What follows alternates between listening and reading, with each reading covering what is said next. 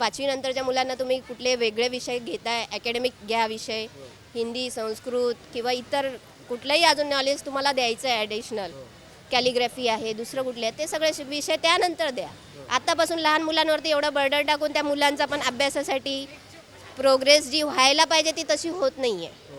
जे आता आम्ही आमच्या मुलांचं बघतो आहोत आता एवढं 2-4 वर्षामध्ये. माझा मुलगा स्वतः 3रीला आहे. तर आम्ही जे बघतो आहोत अभ्यासक्रम वगैरे त्या हिशोबाने जसा आम्हाला शिकवला गेला त्या पद्धतीने तरी अभ्यासक्रम आता काहीच नाही आहे. नाही ते पुस्तकातली माहिती मुलांना पेपरमध्ये येते, इतर ॲडिशनल जनरल नॉलेजचेच क्वेश्चन येतात.